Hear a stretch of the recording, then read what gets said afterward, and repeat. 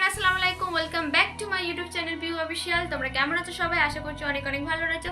আজকে 14 তারিখ, তোমাকে জানাই অ্যাডভান্স হ্যাপি ইন্ডিপেন্ডেন্ট ডের 79তম শুভেচ্ছা।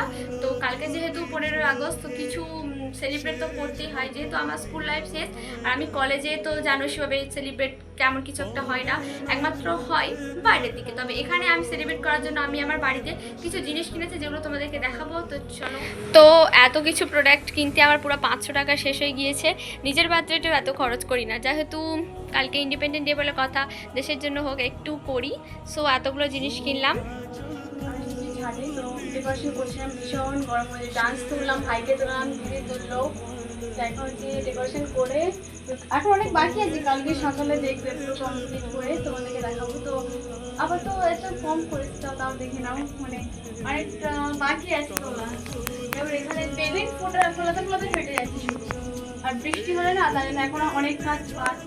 তো ভিডিওটা তোমার শেষ পর্যন্ত দেখো, অনেক মজা আসবে, ঠিক আছে? তো তোমরা দেখতে থাকো ভিডিওটা শেষ পর্যন্ত। কালকে কি হয় তোমার সব দেখতেই পাবে ভিডিওর মধ্যে। তো আজকে হাফ কাজ হয়েছে, হাফ কাজ কালকে করবো, কালকে পুরো কমপ্লিট করে তোমাদের দেখা হচ্ছে কাল সকালে। তো ততক্ষণ ভিডিওটা এই পর্যন্ত, দেখা হচ্ছে কাল। তো সকালে ওঠার পর আমরা যেটা ফার্স্ট করলাম, যে মালা পরালাম, ফটোতে আবির দিয়ে জায়গাটাকে ভালো করে সাজালাম, ফুল দিয়ে জায়গাটা ডেকোরেশন করলাম এবং পতাকা তোলার জন্য অপেক্ষা করছিলাম। তো চলো আমি রেডি হয়ে আসি ততক্ষণ। ফাইনালি আজকে 15ই আগস্ট, তোমাদের সবাইকে জানাই অনেক অনেক শুভেচ্ছা। 15ই আগস্টে সবাই যেন আজকে দিনটা খুব ভালো কাটে, খুব এনজয় করো। তো আমিও ফাইনালি এই সাজুগুজ করে পুরো রেডি হয়ে গেছি। তো ফাইনাল লুক তোমরা দেখতেই পাবে যখন ওপরে যাব। তো চলো ওপরে যাই, তারপর গিয়ে কথা হচ্ছে। যেহেতু বোন এখন রেডি হচ্ছে, সো আমি একা একাই সেলফি ধরলাম। এটাই হচ্ছে আমার ফাইনাল লুক।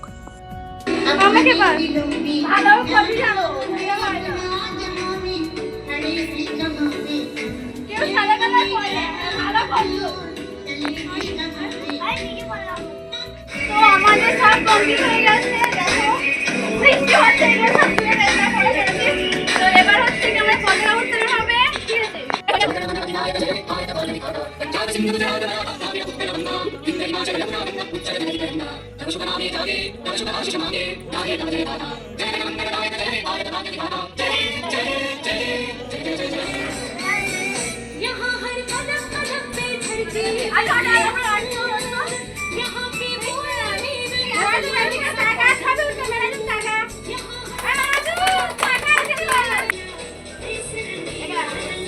সবাইকে জানাই শুভ ইন্ডিপেন্ডেন্সের অনেক শুভেচ্ছা। বেড়েছি করেছি, আর স্বাধীনতা মানে বলতে চেয়েছি যে এখানে নিজের দেশ থেকে নিজের আরো বিভিন্ন মনীষী রয়েছে, যাদের জন্য জানাই স্যালুট। বন্দে মাতরম, বন্দে মাতরম, বন্দে মাতরম, বন্দে মাতরম, জয় হিন্দ, জয় হিন্দ, জয় হিন্দ। সম্মান জানাচ্ছে আমার ভাই, আমাকে সম্মান জানাচ্ছে আমার ভাই। Thank you.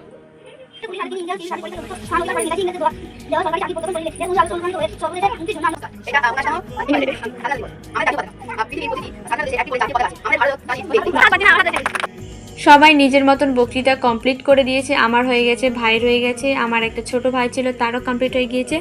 এবার হচ্ছে কি আমি কিছু বলতে চলেছি। তো চলো ফাইনালি শোনা যাক কি বলি।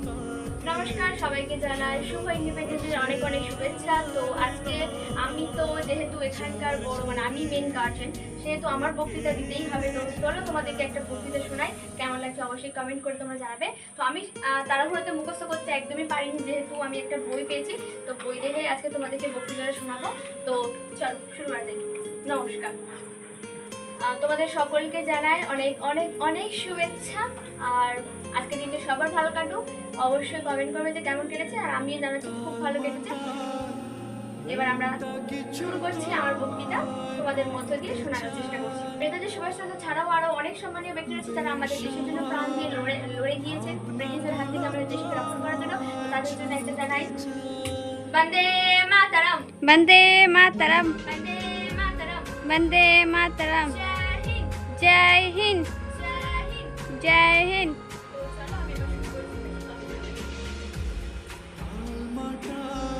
ভারতের স্বাধীনতা সংগ্রামের ইতিহাসে এক অন্যতম সৈনিক ছিলেন আমাদের নেতাজি সুভাষচন্দ্র বসু। তিনি ভারতবর্ষকে ইংরেজের হাত থেকে মুক্ত করেছিলেন। তার একমাত্র স্বপ্ন ছিল তার ইংরেজের হাত থেকে দেশটাকে মুক্ত করা। তো এই মহান ব্যক্তি আমাদের নেতাজি সুভাষচন্দ্র বসু, যিনি আমাদের জাতীয় পতাকার ঐতিহ্যের প্রতীক। তো 1897 সালে 23শে জানুয়ারি ওড়িশার কটক শহরে নেতাজি সুভাষচন্দ্র বসুর জন্ম হয়। তার পিতা ছিলেন জগন্নাথ বসু আর তার মাতা ছিলেন প্রভাবতী দেবী, এবং তার পৈতৃক বাসস্থান ছিল দক্ষিণ 24 পরগনার কোলাদিয়া গ্রাম। কটকেই তার বাল্যশিক্ষা শুরু হয়। র্যাভেন্স কলেজের স্কুল থেকে তিনি ম্যাট্রিক পাস করেছেন এবং কলকাতা প্রেসিডেন্সিতে তিনি পরবর্তীকালে ভর্তিও হয়েছেন। স্কটিশ চার্চ কলেজ থেকে তিনি বিএ পাস কমপ্লিট করেছেন এবং তিনি সিভিল সার্ভিস করার জন্য উদ্যোগ নিয়েছেন। বিলেতে গিয়েছিলেন, তিনি পড়ার জন্য বিলেতে যান। 1920 সালে তিনি ইন্ডিয়ায় সিভিল সার্ভিস পরীক্ষায় 4র্থ স্থান অধিকার করেছেন এবং নেতাজি ইংরেজদের দেওয়া সরকারি চাকরিকে প্রত্যাখ্যান করেছেন। দেশবন্ধু আদর্শে অনুপ্রাণিত হয়ে স্বদেশের মুক্তির জন্য আন্দোলন করতে তিনি কংগ্রেসের দলে যোগদান করেছিলেন। পরে তিনি কংগ্রেসের সভাপতি হিসাবে নির্বাচিত হন। গান্ধীজির সঙ্গে তার মতবিরোধ দেখা গেলে তিনি কংগ্রেসের ফরওয়ার্ড ব্লক নামে একটা নতুন দল গঠন করেন। এভাবে বিভিন্ন কথা রয়েছে যেটা আমরা এই বক্তৃতার মাধ্যম দিয়ে আমরা শেষ করতে পারবো না। তো আশা করছি ছোট বক্তৃতার মধ্যে দিয়ে তোমাদেরকে আমি অনেক খুশি রাখতে পেরেছি। তো আজ ছিল এই অবধি বক্তৃতা।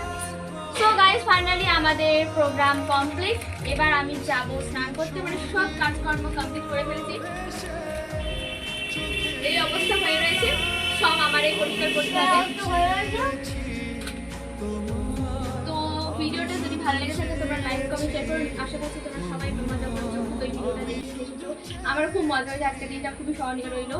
আর সবচেয়ে বড় কথা হচ্ছে আবার জানাই 79তম তোমাদের শুভেচ্ছা রইলো, দিনটা যেন তোমার ভালো কাটে স্বাধীনতা দিবসের। তো বেশি কথা বলবো না, এই পর্যন্ত। বাই, গুড নাইট, খুদাহাফেজ। সরি, আমার খুব বড় ভুলে গেছে, আমি জিলিপি দিতে ভুলে গেছি। তো চলো জিলিপিটা দিই। সিরিয়াস মাঠ থেকে বেরিয়ে গেছিল, আমার বোন ভাই কিছু মনে করিয়েছে। তো জিলিপি রয়েছে, জিলিপি বিতরণ করব, কিন্তু ভাই কেউই নাই, সবাই চলে গিয়েছে। সবাইকে মা দিয়ে দিয়েছে, দিয়ে পড়েছে। তাহলে ভালো হয়েছে, আমি আমার ফার্স্ট বগনি করছি, এই ফার্স্ট ব্রাশ করার পর খাচ্ছি। তো শুধু একাই আছে গোলো।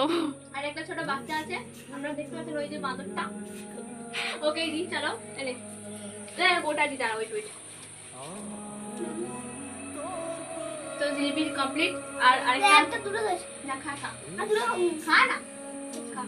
তো আমার বোন ক্যামেরায় আছে বলে খেতে পারছে না, আমিও খাবো একটু বাদে। তো চলো, এই পর্যন্ত ছিল ভিডিওটা, আর বেশি কথা বলবো না। এবার বিকেলে যাবো ঘুরতে। বাই।